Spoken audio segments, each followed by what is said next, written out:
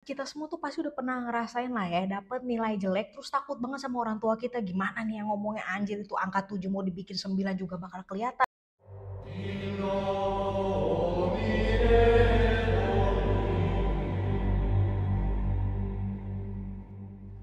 Hey guys, Vegas, apa kabar? How are you hari ini? Welcome back to Paranormal. In today's video, kalian udah notice nih ya, bisa dengar kalau misalnya suara gue itu udah balik. Tapi gue belum bisa seperti biasanya, yang dimana gue loud as usual sih. Gue pasti ngomong gitu aja masih ada kayak sakit nyut gitu kan di tenggorokan gue. But anyways, bitch, it's really hot today. Gue nih pengen ngomongin dimana kita semua tuh pasti udah pernah ngerasain lah ya, dapet nilai jelek terus takut banget sama orang tua kita, gimana nih yang ngomongnya anjir itu angka 7 mau dibikin 9 juga bakal kelihatan. Personal story gue pernah kayak gitu, emak gue ngetawain gue goblok anjir. So yes, apalagi nih ya kalau yang jelek itu adalah mata pelajaran matematika. Terus nih ya, kalau ada orang atau anak nih ya yang pinter matematika atau nilai matematikanya itu bagus, terus dianggap pinter gitu, oh dia jenius gitu. Padahal kan di sekolah masih ada tuh ya mata pelajaran yang lain. Gak peduli gitu, jadi maksudnya gue adalah lo tuh belum bisa dibilang pinter kalau nilai matematika lo itu belum bagus. Gak peduli tuh kalau nilai kesenian atau nilai bahasa Indonesia, bahasa Inggris lo bagus 100, tapi matematika lo misalnya 3 atau 4, lo masih dicap goblok gitu loh. That's at least my experience. Math is so fun, like it's my hobby. I did not even ask, bitch. Coba tuh gue pengen tahu tuh yang nilai matematikanya bagus atau textbook banget nih. Kalau misalnya ditanya pengetahuan umum juga nggak bakal bisa jawab sih menurut gue. Kayak misalnya gini ya, mereka tahu nggak tuh kepanjangan dari WC? Biasanya sih enggak, baru tahu kan lo bahasa Indonesianya toilet itu lah peturasan. maaf, ini gue sama scriptwriter gue yang curhat. It's really notable, gue sama scriptwriter gue itu mempunyai sejarah yang jelek sama matematika. Alright, stop. Alright, jadi intinya kasus kali ini adalah ada hubungannya sama sekolahan, nilai, dan guru. Dan akhirnya Sasha Marissa, which is me, bawain lagi kasus barat. Let me come. Kasus kali ini bukan berasal dari Indonesia, tetapi dari luar negeri. Let's just get into it. So here's Paranormal.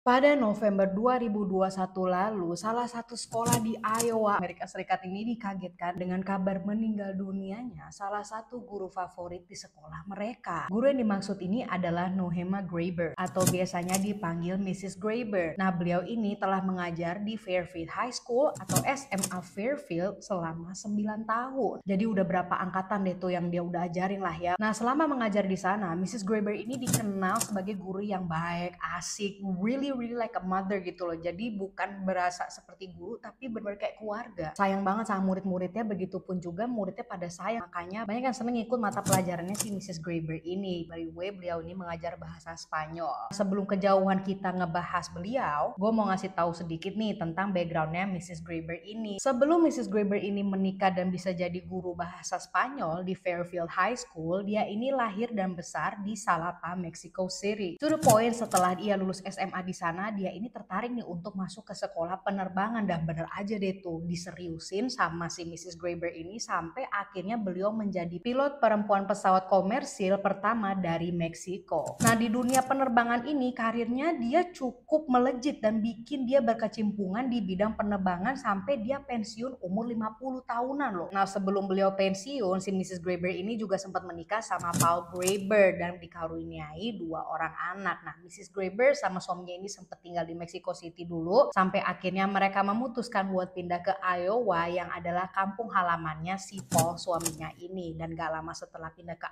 Iowa, mereka ini dikaruniai sama 1 anak perempuan lagi. Yang kerennya adalah walaupun si Mrs. Graber ini umurnya 50 tahunan, tapi dia masih tertarik tuh ya buat belajar lagi dan memutuskan untuk ngambil sarjana atau gelar sastra Inggris di Iowa Wesleyan University. Jadi maksudnya dia walaupun udah tua, yang namanya knowledge itu tetap dia cari, saking semangatnya dengan pendidikan. Nah, setelah dapat gelar sastra Inggris, emang dasar orang baik kali ya, beliau ini kepikiran banget buat ngajar bahasa Inggris. Tetapi karena di Amerika Serikat itu guru bahasa Inggris sudah sangat banyak, berarti udah tercukupi lah ya, jadinya Mrs. Graber ini dianjurkan untuk ngajar bahasa Spanyol. Soalnya mereka pas lagi saat itu kekurangan juga tenaga pengajar bahasa Spanyol. Dan apalagi si Mrs. Graber itu aslinya orang Hispanic yang dimana mother tongue-nya, bahasa ibunya itu adalah bahasa Spanyol. Jadi it's going to be more productive juga lah. At the end of the day, Mrs. Graeber itu pun setuju untuk mengajar sebagai guru bahasa Spanyol. Nah, karir mengajarnya Mrs. Graeber ini awalnya dimulai dari Ottumwa High School. Jadi sebelum Fairfield itu ya udah pasti dia pernah di SMA lain lah ya. Nah, dia di Ottumwa High School ini tuh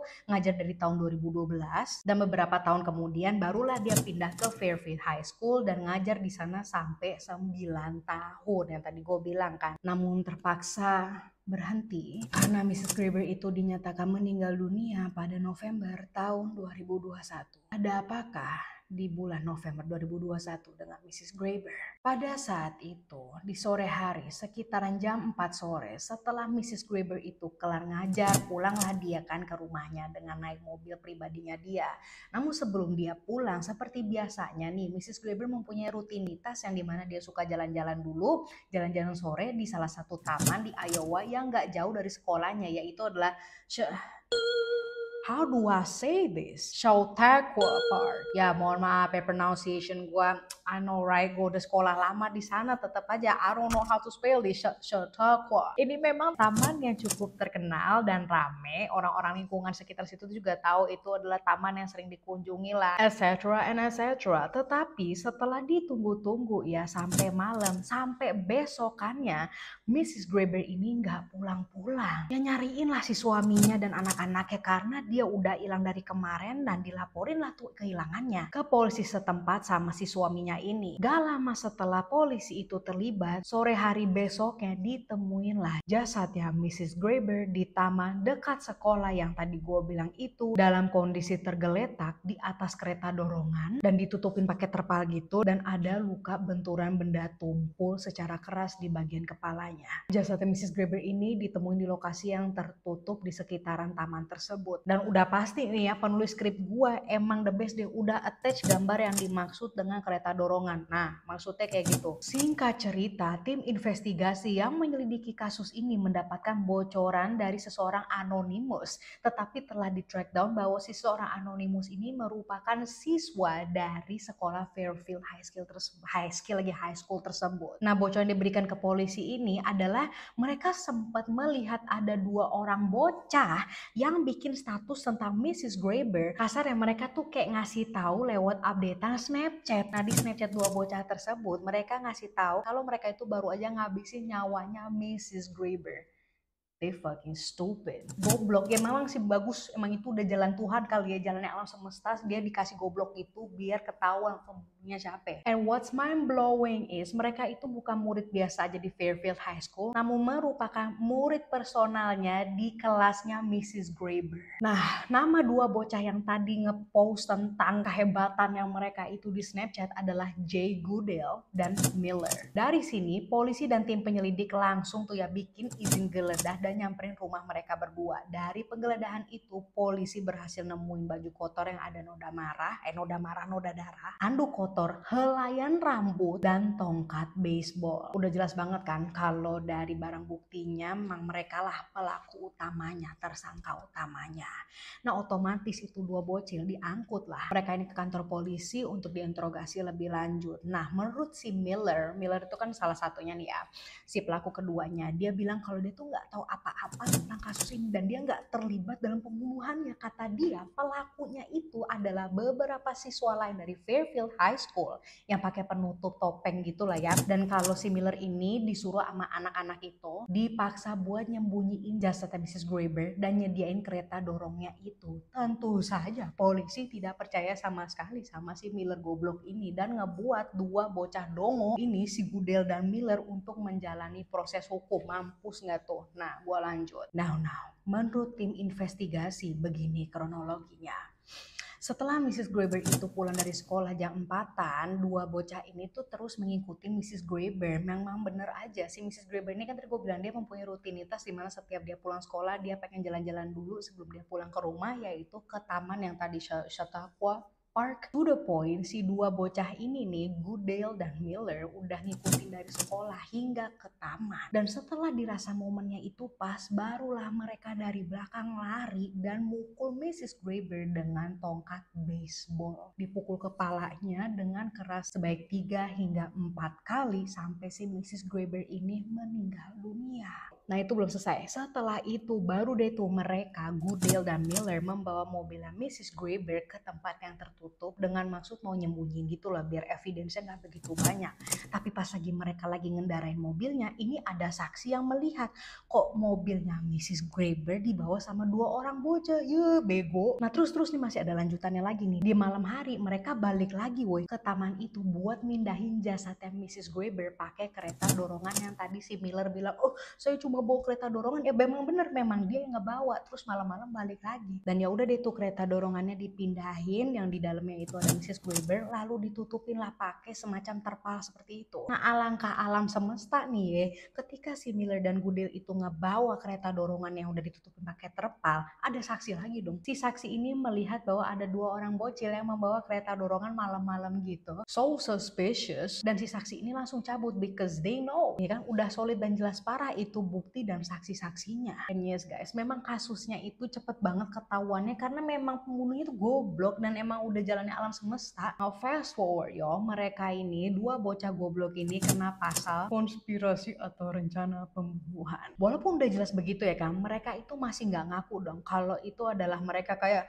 enggak bukan. Dan dikarenakan mereka itu acting, beberapa ada yang bersuara bahwa mereka ini masih dianggap bawah umur, jangan terlalu berat hukumannya. Di Iowa itu hukuman untuk mereka yang paling tinggi adalah masuk penjara anak remaja dan paling lama cuma kurang lebih 2 tahun. Tetapi yes, I'm not done yet. Tapi itu semua ditolak sama jaksa dan trial proses hukumnya itu baru aja dilaksanakan nih kemarin banget, April hingga Mei 2023. Baru banget kan, anget bet anget. Dan berbuahkan hasil nih, yaitu adalah mereka akhirnya mengakui bahwa mereka itu salah dan mendapatkan penjara seumur hidup. Kaget kan loh, tumben banget Amerika Serikat ya, yang dimana gue selalu ngebawain kasus Amerika Serikat itu pengadilannya kayak gak masuk akal. Tetapi ini 2 orang anak dikasih seumur hidup. Cuma kalau mereka berkelakuan baik di penjara, bisa turun tuh menjadi 30 tahun untuk Miller dan 25 tahun untuk si Goodale. Nah lu pasti dari tadi nungguin kenapa sih alasannya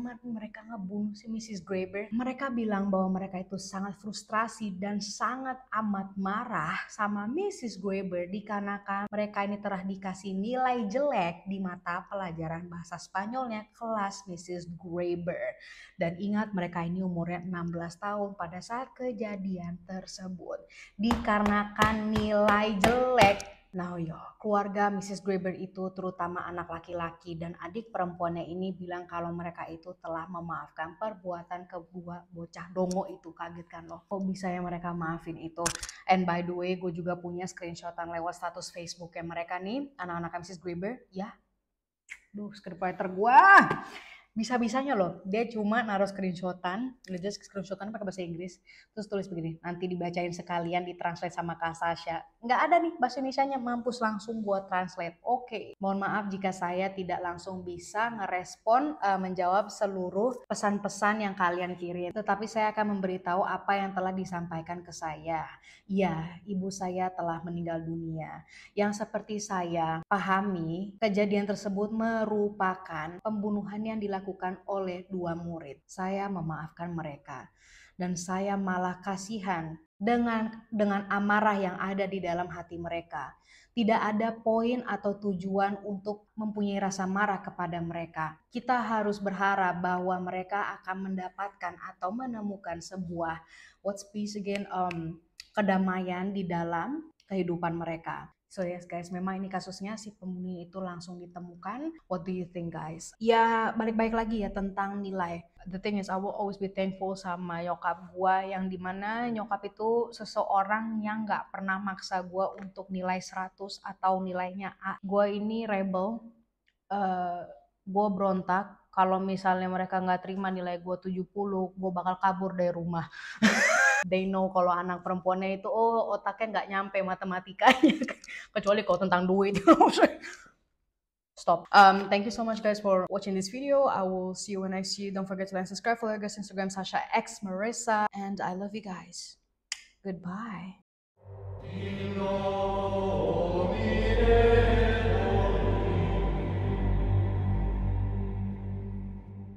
Kasarnya mereka itu kayak ngasih